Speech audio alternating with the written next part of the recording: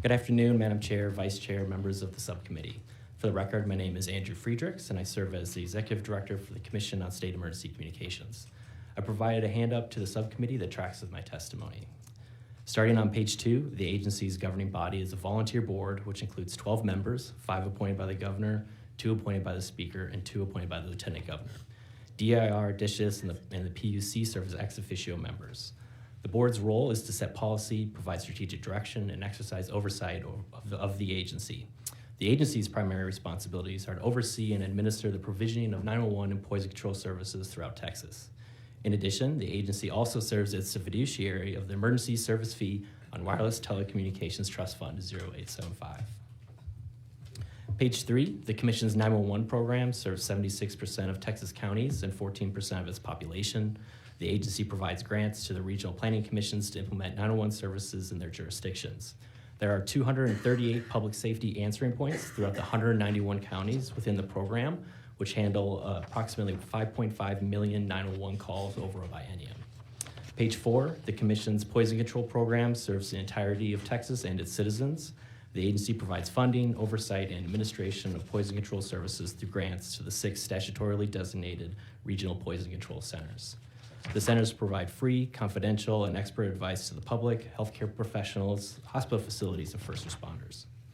On page 5 of your handout is a diagram which shows the 4 historical fees, prepaid wireless landline and equalization surcharge, that fund the general revenue dedicated accounts to sustain the agency.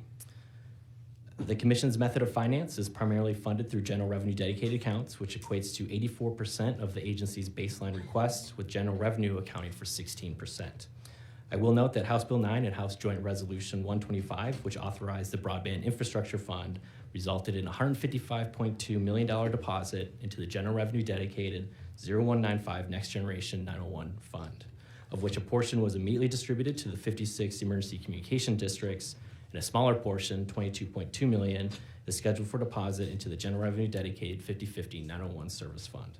To access the voter-approved $22.2 million deposit, the Commission requested in its LAR an additional $5 million in General Revenue Dedicated 50/50. I'd like to pause here and thank the Chair, Vice Chair, and all members of the committee for including the additional $5 million request in House Bill 1.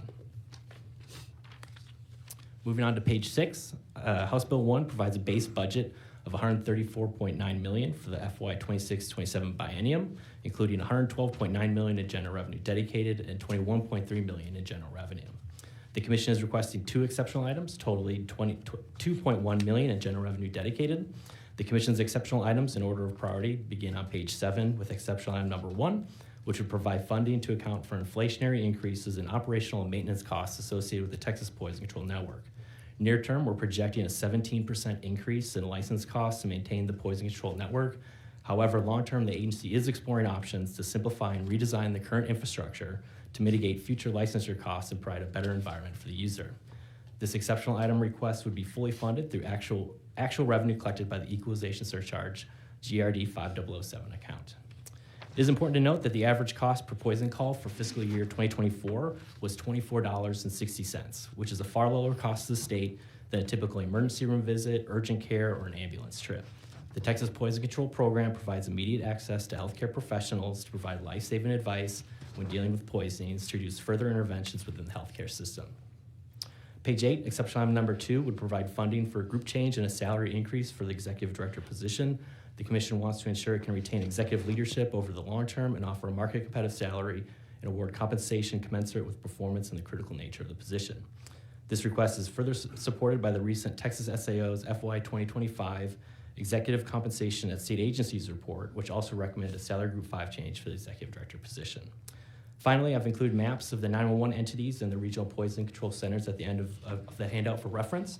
And with that, I'm happy to answer any questions. Thank you so much for your testimony. Members, do you have any questions? Representative Slauson, did you have a question? No. Thank you for all your work. Oh, no. Oh, yes. Oh, sorry. Vice Chair Dale. I thought you said Shelby. Well, I saw her green light, so I was being deferential. Thank you for being here. Thank you, Madam Chair.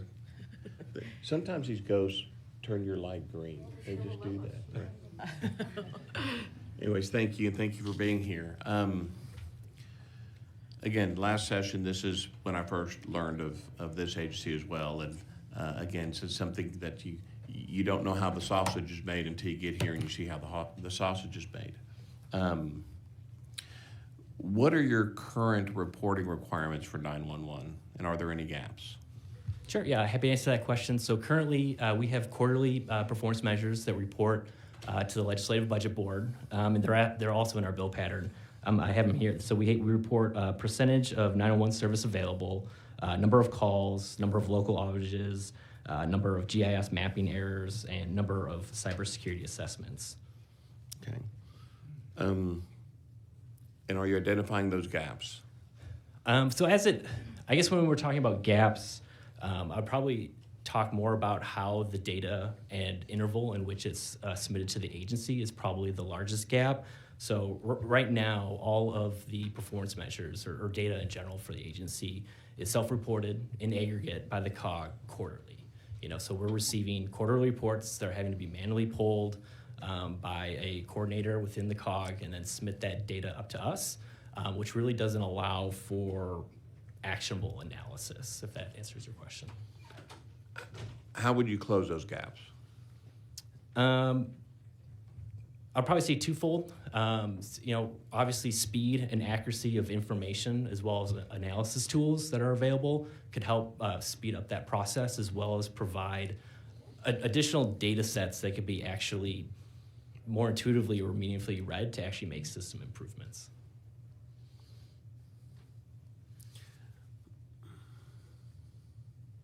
Okay, thank you.